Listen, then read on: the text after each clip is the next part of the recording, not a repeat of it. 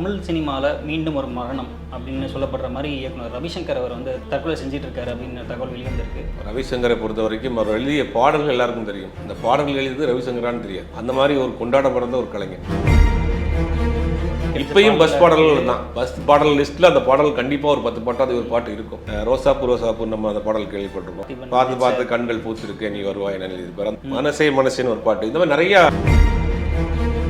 இவருடைய ஒரு சிறுகதையை பார்த்து இம்ப்ரெஸ் ஆகி தான் பாக்யராஜ் அவர்கிட்ட உதவியாளர் செஞ்சுட்டார். குதிரைன்னு ஒரு சிறுகதை, அதை பார்த்துட்டு அவருக்கு ரொம்ப இம்ப்ரெஸ் ஆகிருது. அவருக்கு பாக்யராஜ் யார் இந்த பையன் அப்படின்னா, இந்த வருஷமெல்லாம் வசந்தம்னு ஒரு படம் சூப்பர் குட் ஃபிலிம்ஸ்க்கு மனோஜை வச்சு படம் டைரக்ட் பண்ணார். அந்த படம் சரியா வாய்ப்புகள் இல்லை. நம்ம இவ்வளவு திறமை இருக்குது இல்லை நம்ம புறக்கணிச்சுட்டாங்களோ அப்படிங்கிற ஒரு மன ஆதங்கமா வேதனையானு தெரியல. யார் ஃபோனையும் பெருசாக அட்டன் பண்ணுறது இல்லை.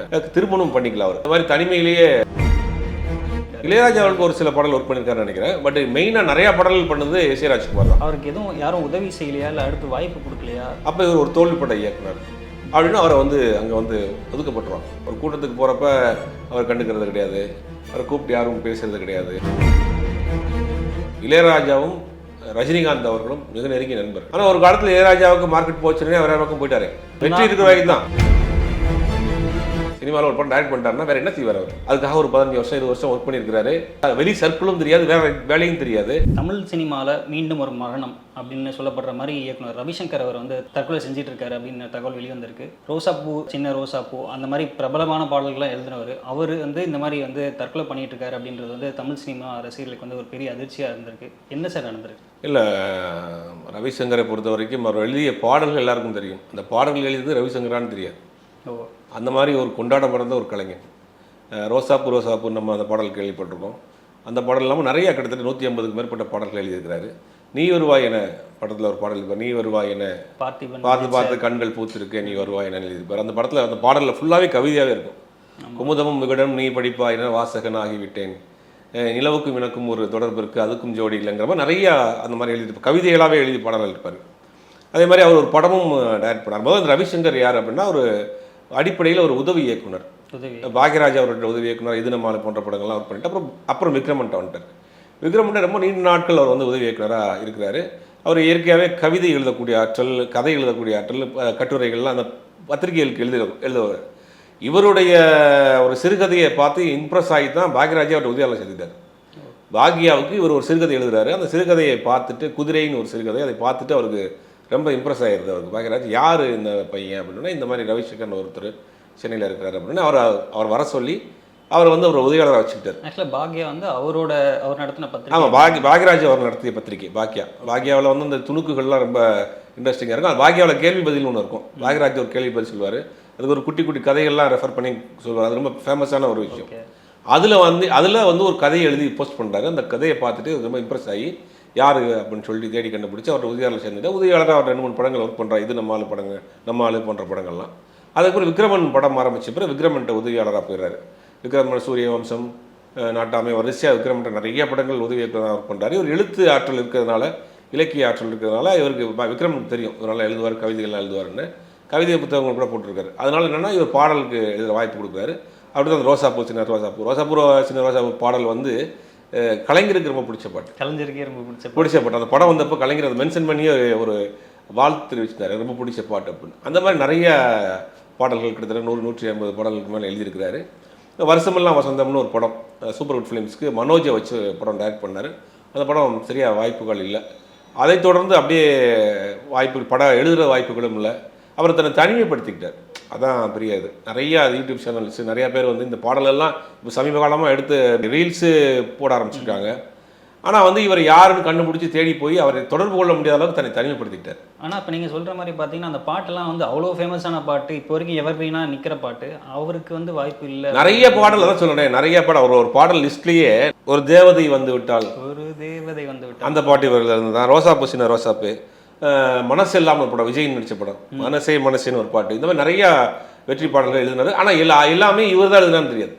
ரவிசங்கர்ங்கிற ஒரு கவிஞர் தான் இந்த பாடலாம் எழுதியிருக்கிறாரு அப்படின்னு அவருக்கு ஒரு அடையாளம் இல்லாமல் போயிடுச்சு. அதனால என்னமோ அவருக்கு ஒரு பெரிய இயக்கம். சமீப காலமாக இந்த பாடலாம் எடுத்து இன்ஸ்டாவில் மற்ற யூடியூப்லாம் போட்டு அவங்கவுங்க மீம்ஸ் பண்ணுறப்ப என்ன ஆச்சுன்னா அதை வந்து அவர் வந்து பார்க்குறாரு. அதை தொடர்ந்து அவர் பேட்டி எடுக்கணும், அவரை பார்த்து இது எடுக்கணும் நிறைய பேர் நிறைய நம்ம தெரிஞ்ச யூடியூப் சேனல்ஸ்லாம் கூட அப்ரோச் பண்ணுறாங்க. அவர் எதுக்குமே ஒத்துக்கல. அது என்னன்னே தெரியல. இல்லை அவருக்கு என்னன்னு தெரியல. தன்னை வந்து ஒரு நாள் நம்ம இவ்வளோ திறமை இருக்குது இல்லை நம்ம புறக்கணிச்சுட்டாங்களோ அப்படிங்கிற ஒரு மன ஆதங்கமாக வேதனை என்னன்னு தெரியல. நண்பர்கள்ட்ட சரியாக பேசுறதில்ல, யார் ஃபோனையும் பெருசாக அட்டன் பண்ணுறதில்ல, திருமணம் பண்ணிக்கல. அவர் திருமணம் கடைசி வரைக்கும் திருமணம் பண்ணிக்கல. இந்த மாதிரி தனிமையிலேயே பார்த்தீங்கன்னா தன்னை வந்து ஒரு வேலி அமைச்சுக்கிட்டார். அந்த மாதிரியான ஒரு டீப் டிப்ரெஷனில் இன்றைக்கி வந்து சூசைட் பண்ணிட்டாங்க. ஒரு பெரிய இழப்பு. அவருடைய ஒர்க் பண்ண நண்பர்கள் வெல்விஷர்ஸ்லாம் வந்து ரொம்ப ஒரு அப்செட்டில் இருக்கிறாங்க. ஒரு மிகப்பெரிய ஒரு கலைஞன், கொண்டாடப்பட வேண்டிய கலைஞன் இப்படி வந்து இதானது வந்து ஒரு பெரிய இழப்பு தான். ஏன்னா நீங்கள் சொன்ன பாட்டு எல்லாமே ஃபுல்லாக ரொமான்டிக் பாட்டாக இருந்தது. அந்த டைமில் வந்து பீக் அடிச்ச அந்த ரொமான்ஸில் பீக் அடிச்ச இப்பயும் பஸ் பாடல்கள் தான். பஸ் பாடல் லிஸ்ட்டில் அந்த பாடல் கண்டிப்பாக ஒரு 10 பாட்டாவது ஒரு பாட்டு இருக்கும். அப்படி ஒரு கவிஞர். பேசிக்காக அவர் ஒரு டைரக்டர், அசிஸ்டன்ட் டைரக்டராக இருந்தவர். கடைசியில் அவருக்கு அந்த மாதிரியான ஒரு சூழ்நிலை. அவர் இளையராஜா அவர்கள் கூட ஒர்க் பண்ணியிருக்காரு. இல்லை நீங்கள் சொன்ன பாடல்கள் எல்லாமே எஸ்.ஏ. ராஜ்குமார் அவர்கள் கூட ஒர்க் பண்ணியிருக்காரு. இளையராஜா அவருக்கு ஒரு சில பாடல் ஒர்க் பண்ணியிருக்காருன்னு நினைக்கிறேன். பட் மெயினாக நிறையா பாடல்கள் பண்ணது எஸ்.ஏ. ராஜ்குமார் தான். ஏன்னா விக்ரமன் இருந்ததுனால விக்ரமன் அவர்களுடைய படங்கள்லாம் வந்து இவர் தான் பண்ணுறாரு, எஸ்.ஏ. ராஜ்குமார் பண்ணுவார். விக்ரமன் படங்களுக்கு எல்லா படத்துலையுமே ஒரு சில பாடல் எழுதிவார். விக்ரம்கிட்ட போன ஆட்கள் ரமேஷ் கண்ணாவாக இருக்கட்டும், அந்த ராஜகுமாரனாக இருக்கட்டும், இவங்களுக்கும் பாட்டில் எழுதியிருக்கிறாரு. வெளி இயக்குநர்களுக்கும் எழுதியிருக்கிறாரு. ஆனால் பெரும்பாலும் அந்த சர்க்கிள்குள்ளேயே நிறையா எழுதியிருக்கிறார். எல்லாமே பெரிய வெற்றி பெற்ற பாடல்கள், இன்னைக்கு வரைக்கும் பேசக்கூடிய பாடல்கள். ஆனால் என்னென்னா அவருக்கு ஒரு பெரிய அங்கீகாரம் கிடைக்காம போயிடுச்சு. இவருக்கு வந்து சினிமா துறையிலிருந்து, ஏன்னா இவ்வளோ பேருக்கு வந்து ஹிட்டு கொடுத்துருக்காரு, நல்ல பாடல் எழுதியிருக்காரு, படம் டைரக்ட் பண்ணியிருக்காரு மனோஜ் பாரதிராஜா அவர்கள் வச்சு. அவருக்கு எதுவும் யாரும் உதவி செய்யலையா, இல்லை அடுத்து வாய்ப்பு கொடுக்கலையா, என்ன சேர்த்து? இல்லை, சினிமாவில் வெற்றி வந்து இல்லை அப்படின்னா சினிமா மட்டும் கிடையாது. இன்றைக்கி உள்ள சூழ்நிலைக்கு ஒரு மனிதனாக பார்க்குறதுக்கு வெற்றிங்கிறது ஒரு தேவைப்படுது. அவனுடைய ஸ்டேட்டஸ் தேவைப்படுது. அவனுக்கு உயிர் இருக்கா, உடம்பு இருக்கா, அவனுக்கு உணர்ச்சி இருக்கா, அவனுக்கு கை இருக்கா, கால் இருக்காங்கலாம் கிடையாது. அவனுக்கு என்ன ஸ்டேட்டஸ் இருக்குது, அவன் வெற்றி பெற்றிருக்கானா, அவனுக்கு பின்னாடி ஒரு வசதி இருக்கா. இன்றைக்கி இந்த சினிமா துறை மட்டும் இல்லை, எல்லா துறையிலையுமே நீங்கள் வந்து வெற்றி பெறாதவர்களை வந்து புறக்கணித்து தான் வச்சுருக்காங்க. அது சினிமாவில் நிறையா நடக்கும். அந்த மாதிரி ஒரு புறக்கணிக்கப்பட்டிருக்கிறார். ஏன்னா அவர் கூட இருந்த ஆட்கள்லாம் பெரிய பெரிய இடத்துக்கு போயிருப்பாங்கும் போது இவரை வந்து ஒரு புறக்கணிக்கிறதுல இவர் தனிமைப்படுத்திக்கிட்டார். அது ஒரு பெரிய வேதனை தானே உங்களுக்கு. அதனால் இந்த புறக்கணிப்புங்கிறது வந்து சினிமா மட்டும் கிடையாது. நீங்கள் அதை தாண்டி போயிடுது. வெற்றியை நோக்கி மக்கள் ஓடிட்டு இருக்கிறாங்க, தன்னுடைய அந்தஸ்தை நோக்கி போய்கிட்டு இருக்கிறாங்க. சக மனிதன் கூட இருக்கிறவன், கூட பழகினவன், அவனுக்கு உள்ள திறமை அதெல்லாம் இல்லை. அந்த காலத்துலலாம் பார்த்தீங்கன்னா இன்றைக்கும் வந்து சில கவிஞர்களாக இருக்காங்க, பேர் சொல்ல விரும்பலை. அந்த கவிஞர்கள்லாம் பார்த்தீங்கன்னா அவங்க மனமூடமோட வாழ்க்கையை வாழ்ந்துட்டு இருக்காங்க. ஆனால் அவர்களை பின்னாடி ஒரு வெல்விஷர்ஸ் தொடர்ந்துட்டு இருக்காங்க. அவங்க வேணுங்கிற உதவிகள் செய்வாங்க, அவங்கள பேக்கப் பண்ணுவாங்க. அந்த மாதிரியான ஆட்கள் இருக்காங்க, ரசனை உள்ள ஆட்கள். அவங்கள தாங்கி பிடிச்சிட்டு இருக்காங்க. பெரிய பிரபலமான கவிஞர்கள் பலருக்கு வந்து அவங்க வருவாங்க, இங்கே ரூம் போட்டு நான் தங்குறேன், 4 நாளைக்கு இங்கே இருக்கணும்பாங்க. யாராவது ரசிகர்களோட வீட்டில் போய் 2 நாள் தங்குவாங்க. இங்கேருந்து கிளம்பி அப்படியே எங்கேயாவது ஊருக்கு போவாங்க. ஆனால் அவர்களே வந்து இந்த ஒரு படைப்பாளி, ஒரு கவிஞனுக்கு ஒரு மரியாதை, இவனை வந்து நம்ம வந்து காயப்படுத்திடக்கூடாது, இவனை விட்டுறக்கூடாது அப்படின்னு ஒரு கூட்டம் இன்னைக்கு வரைக்கும் செஞ்சுட்டு இருக்காங்க. அதுவும் அந்த பாயிண்ட் ஆஃப் வியூலையும் ஒரு சில பேர் இருக்கிறாங்க. ஆனால் இந்த மாதிரி சினிமாவில் பெருசாக இருந்ததுன்னா ஒரு படம் இவ்வளோ நாள் திறமை இருந்து இவ்வளோ இருந்து ஒரு படம் பண்ணி அவரால் ஜெயிக்க முடியல, அப்போ இவர் ஒரு தோல்விப்பட்ட இயக்குனர் அப்படின்னு அவரை வந்து அங்கே வந்து ஒதுக்கப்பட்டுருவாங்க.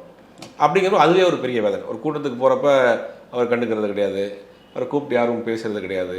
அப்படிங்கும்போது இவரே பெரும்பாலும் அந்த மாதிரியான ஃபோன் கால்ஸ் அட்டன் பண்ணுறது, இவரே தனிமைப்படுத்திக்கிட்டாரு. அது இன்றைக்கி ஒரு பெரிய ஒரு இழப்பாக தான். இன்றைக்கி உதாரணத்துக்கு சொல்லணும்னா இளையராஜாவும் ரஜினிகாந்த் அவர்களும் மிக நெருங்கிய நண்பர்கள்.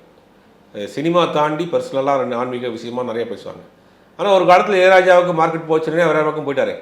ஓகே, அது என்ன செய்ய முடியும்? அது அந்த மார்க்கெட் அந்த வெற்றி இருக்கிற வரைக்கும் தான். கே.எஸ். ரவிக்குமார் ரஜினிகாந்த் காம்பினேஷன் நிறைய படங்கள் பண்ணார். கே.எஸ். ரவிக்குமார் கொஞ்சம் டவுன் ஆனப்போ வேற ஒரு புது இயக்குநரோட பயணம் பண்ண ஆரம்பிச்சிட்டாரு. யார் ஹிட் கொடுக்குறாங்களோ அவங்க அது வந்து இயற்கை தான். அது அவங்க சொல்லி தவறு கிடையாது. சினிமாங்கிறது ஒரு கமர்ஷியல், அது வந்து ஒரு பணங்களை முதலீடு பண்ணி எடுக்கிறாங்க. அப்படிங்கும்போது அதை நோக்கி தான் போவாங்க. அப்படிங்கிற மாதிரியான விஷயம் என்னன்னா, ஒரு தனிமைப்படுத்தப்பட்டோம், ஒரு அங்கீகாரத்துக்காக ஏங்கி அது கிடைக்காம போய் தோல்வியான பிறகு அவங்களால வேற எதுவும் வேலை செய்ய முடியாது. இப்போ நீங்கள் ஒரு பிஸ்னஸ் பண்ணுறாங்க அப்படின்னா, ஒரு பிஸ்னஸில் லாஸ் ஆயிடுச்சுன்னா இன்னொரு பிஸ்னஸ் ஆரம்பிப்பாங்க. ஒருத்தர் வந்து ஒரு எக்ஸ்போர்ட் பண்ணுறாரு, இப்போ படத்தை விட்டுட்டாரு அப்படின்னா இன்னொரு பிஸ்னஸ் ஆரம்பிப்பார். ஆனால் சினிமாவில் அப்படி செய்ய முடியாது. உங்களுக்கு சினிமாவில் ஒரு படம் டைரக்ட் பண்ணிட்டாருன்னா வேறு என்ன செய்வார்? அவர் சினிமாவுக்குள்ளே தான் இருக்கணும். வேற ஒரு டைரக்டர் ஆகிட்டாரு, அதுக்காக ஒரு 15 வருஷம் 20 வருஷம் ஒர்க் பண்ணியிருக்கிறாரு. அந்த வெளி சர்க்கிளும் தெரியாது, வேற வேலையும் தெரியாது, வெளியிலையும் போக முடியாது. அப்படிங்கும் போது அது வந்து என்ன சொல்கிறது, சுமையிலேயே வந்து பெரும் சுமையாயிரும். அது வந்து இவங்களுக்கு வந்து ஒரு தாங்க முடியாத ஒரு வேதனையை கொடுத்துரும். அதனால சில பேர் என்ன பண்ணுறாங்க, அதுலேருந்து வெளியேறதுக்கு சில தவறான பழக்கங்கள், மது பழக்கங்களுக்கு அடிமையாடுறாங்க. சில பேர் தனிமைப்படுத்திக்கிறாங்க. சில பேர் இந்த ஊரே வேணாம் அப்படின்னு கிளம்பி போயிடுறாங்க. இந்த மாதிரியான கதைகள் நிறையா இருக்குது. நிறையா நடிகர்கள், இயக்குனர்கள், இந்த மாதிரி படைப்பாளிகள் வந்து அங்கீகாரம் இல்லைன்னா அவங்கள வந்து அப்படி தூக்கி போட்டுருவாங்க. மனதளவில் அவங்களும் ஒரு பெரிய பாதிப்பு ஏற்படும். அது மாதிரி தான் ரவிசங்கர் அவர்கள் இன்றைக்கி மறந்துருக்கிறார்.